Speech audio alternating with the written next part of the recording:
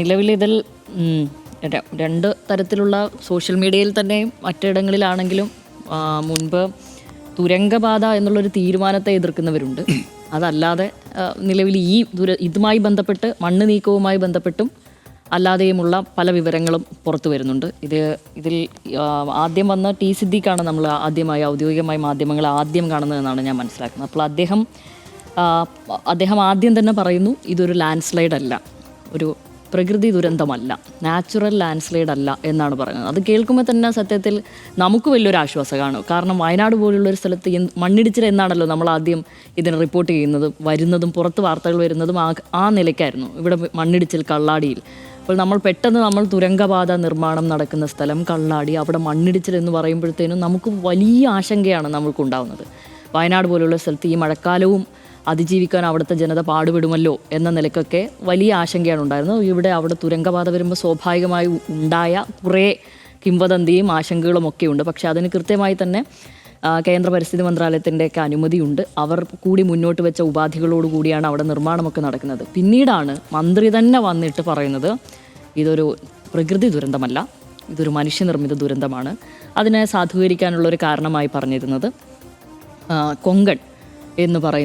Konkan railway എന്ന് പറയുന്ന ഈ കമ്പനി ഇത് ഏറ്റെടുത്ത് നടത്താൻ തീരുമാനിച്ച ഒരു ത്രികക്ഷി കരാറാണല്ലോ ഇതുള്ളത്. PWD, കൊങ്കൺ, കിഫ്ബി ഇങ്ങനെയാണല്ലോ ഉള്ളത്. അപ്പോൾ ഇത് ഏറ്റെടുത്ത് നടക്കാൻ തീരുമാനിച്ച ഈ കമ്പനി അവിടെ നിർമ്മാണത്തിൻ്റെ ഭാഗമായി അശാസ്ത്രീയമായി കൂട്ടിയിട്ടിരിക്കുന്ന വലിയ മൺകൂനകൾ നീക്കം ചെയ്യാത്തതിൻ്റെ ഭാഗമായി ഇതൊരു ക്ഷണിച്ചു വരുത്തിയ ദുരന്തം എന്ന നിലക്കായിരുന്നു അദ്ദേഹം പറഞ്ഞിരുന്നത്. അത് കഴിഞ്ഞപാട് PK ബഷീർ വരുന്നു, പൊതുമരാമത്ത് മന്ത്രി വരുന്നു. അദ്ദേഹവും പറഞ്ഞു ഇതുപോലെ തന്നെ മണ്ണ് നീക്കാൻ പറഞ്ഞിരുന്നു, എല്ലാ ഉത്തരവാദിയും കൊങ്കണാണ്.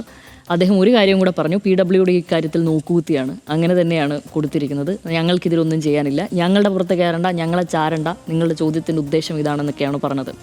മുഖ്യമന്ത്രി വന്നിട്ട് മറ്റൊരു കാര്യം കൂടെ പറഞ്ഞു, കഴിഞ്ഞ മാസം 20-ാം തീയതി തന്നെ ഇവിടെ ഒരു അപകട സാധ്യതയുണ്ട് എന്ന് തിരിച്ചറിയുകയും അതുകൊണ്ട് മണ്ണ് നീക്കാനുള്ള നിർദ്ദേശങ്ങൾ നൽകിയിരുന്നു എന്ന് അദ്ദേഹം അസേർട്ടീവായി തന്നെ പറയുകയാണ് ഉണ്ടായിരുന്നത്.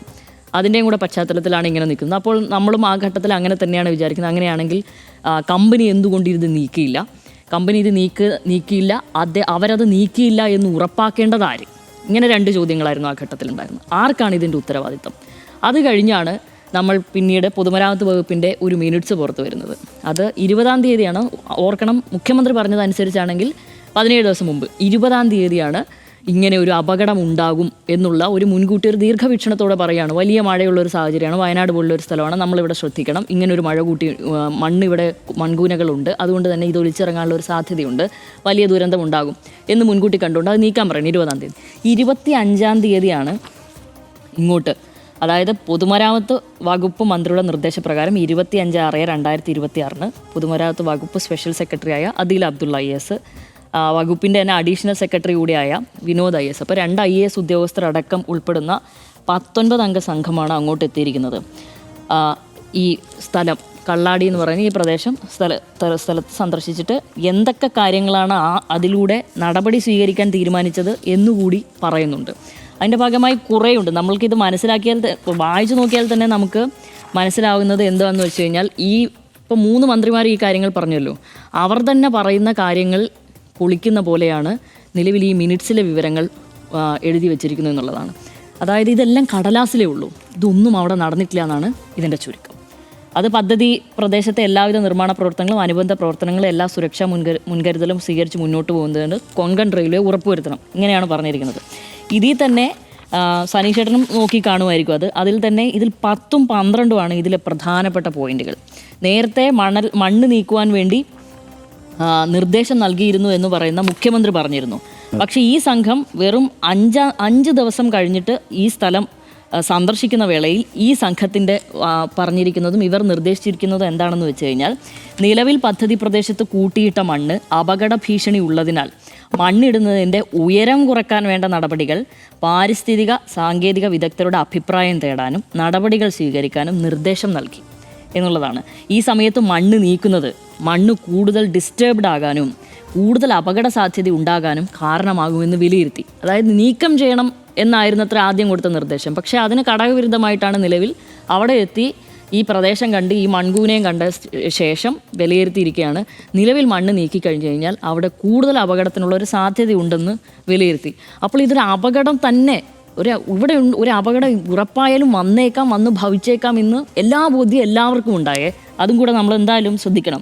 നിലവിൽ സൈറ്റിൽ കൂട്ടിയിട്ട മണ്ണ് എടുത്തു മാറ്റുമ്പോൾ ഉണ്ടാകുന്ന പാരിസ്ഥിതിക പ്രശ്നങ്ങൾക്ക് വേണ്ട പ്രതിവിധി 2 ആഴ്ചക്കകം നൽകണമെന്ന് പ്രതിനിധി അറിയിച്ചു എന്നും പറയുന്നുണ്ട്. സീനിയർ എൻവയോൺമെൻറ്റൽ സയൻറ്റിസ്റ്റ് അറിയിക്കുകയും ചെയ്തിട്ടുണ്ടെന്ന് പറയുന്നത്. അതായത് 2 ആഴ്ച. ആ 2 ആഴ്ചയും കഴിഞ്ഞു, സമയം കഴിഞ്ഞ്. ഇത് ജൂലൈ മാസമായില്ലേ, ഇത് 25-ാം തീയതി പോയി, ഇതിപ്പം ജൂലൈ 7-ാം തീയതിയായി ഇന്നത്തെ ദിവസം. ഇതൊന്നും അവിടെ നടന്നിട്ടില്ല എന്നുള്ളതാണ് നമ്മൾ മനസ്സിലാക്കുന്നത്. ഇനി PK ബഷീർ മന്ത്രി വന്നിട്ട് പറഞ്ഞത് PWD ഇക്കാര്യത്തിൽ നോക്കുകുത്തിയാണെന്നാണ്. പക്ഷെ 12-ാമത്തെ ഈ മിനിറ്റ്സിൻ്റെ 12-ാമത്തെ തീരുമാനപ്രകാരം അന്ന് അവിടെ കൈക്കൊണ്ടിരിക്കുന്ന ഒരു നിലപാടെന്നുള്ളത് നിലവിൽ പദ്ധതി പൂർണ്ണമായും പൊതുമരാമത്ത് വകുപ്പ് കോഴിക്കോട് ഡിവിഷനാണ് മേൽനോട്ടം വഹിക്കുന്നത് എന്നുള്ളതാണ്. അത് അദ്ദേഹത്തിൻ്റെ വകുപ്പാണല്ലോ. അപ്പോൾ ഇത് നോക്കുകുത്തിയല്ല എന്നാണ് അതെ മനസ്സിലാകേണ്ടത്. വയനാട് ജില്ലയിലെ മേപ്പാടി ഭാഗത്ത് നിലവിൽ നിരന്തരം പദ്ധതി മോണിറ്റർ ചെയ്യാനും ജില്ലാ തദ്ദേശ ഭരണകൂടവുമായി നിരന്തരം ബന്ധപ്പെട്ട് പ്രവർത്തിക്കുവാനും വേണ്ടി പൊതുമരാമത്ത് കൽപ്പറ്റ റോഡ് സബ് ഡിവിഷനെ ചുമതലപ്പെടുത്താൻ വേണ്ട നടപടി കൈക്കൊള്ളാനും തീരുമാനിച്ചു. എന്നിട്ട് ഇത് അപ്പോൾ എന്താണ്, ഈ കമ്പനി ഇത് നീക്കുന്നുണ്ടോ, അല്ലെങ്കിൽ ഇതിൽ ഉയരം കുറയ്ക്കേണ്ടതായ ബാക്കി കാര്യങ്ങൾ ഏകോപിപ്പിക്കുന്ന പ്രവർത്തനം നടത്തിയോ എന്നൊക്കെ ഏകോപിപ്പിക്കേണ്ട ചുമതല PWDക്കും കൂടി ഉണ്ടെന്നല്ലേ നമ്മൾ മനസ്സിലാക്കേണ്ടത്.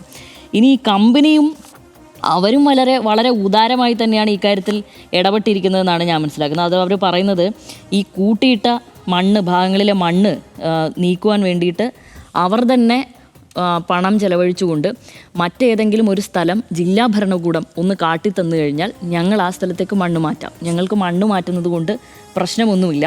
കൂട്ടിയിട്ട മണ്ണ് നിലവിൽ ടാർപോളിങ് ഉപയോഗിച്ച് വെള്ളം ഇറങ്ങാതെ പരമാവധി കവർ ചെയ്തിട്ടുണ്ട്. നമുക്ക് ആ ദൃശ്യങ്ങൾ കാണാം. നീല ടാർപോളിൻ ഇങ്ങനെ വിരിച്ചിട്ടിരിക്കുന്നത് നമുക്ക് കാണാം, മഞ്ഞയും ടാർപോളിൻ. അത് മാത്രമല്ല കൂടുതൽ മണ്ണ് സൂക്ഷിക്കാൻ അനുയോജ്യമായ സ്ഥലമില്ല എന്ന് കരാർ കമ്പനി അറിയിച്ചു എന്ന് പറയുന്നുണ്ട്. അനുയോജ്യമായ സ്ഥലം കണ്ടെത്താൻ ജില്ലാ ഭരണകൂടത്തിൻ്റെ സഹായം തേടാനും തീരുമാനിച്ചു. ഏകദേശം 1,00,000 ക്യൂബിക് മീറ്റർ മണ്ണ് താത്കാലികമായി സൂക്ഷിക്കാൻ വേണ്ട സ്ഥലമാണ് ആവശ്യമുള്ളത് എന്നും KRCL അറിയിച്ചു. അതായത് കൊങ്കൺ റെയിൽവേ കോർപ്പറേഷൻ ലിമിറ്റഡ് അറിയിച്ചു.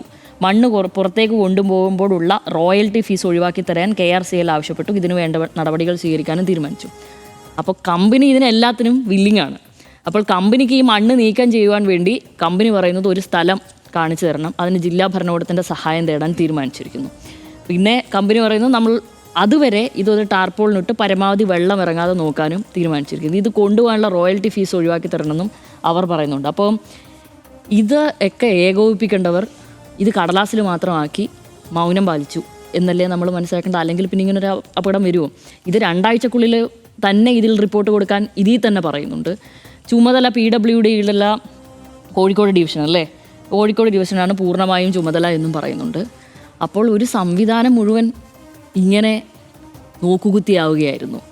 ഇത് മുഴുവൻ കടലാസിൽ എഴുതി വെച്ചും തീരുമാനം കൈക്കൊണ്ടും ഇതിലൊക്കെ വിദഗ്ധർ 19 പേരാണ് അവിടെ എത്തിയിട്ടുള്ളത്. ആ 19 പേരിൽ ഈ 2 IAS ഉദ്യോഗസ്ഥർ മാത്രമുള്ള പേര് ഞാൻ പറഞ്ഞതേ ഉള്ളൂ.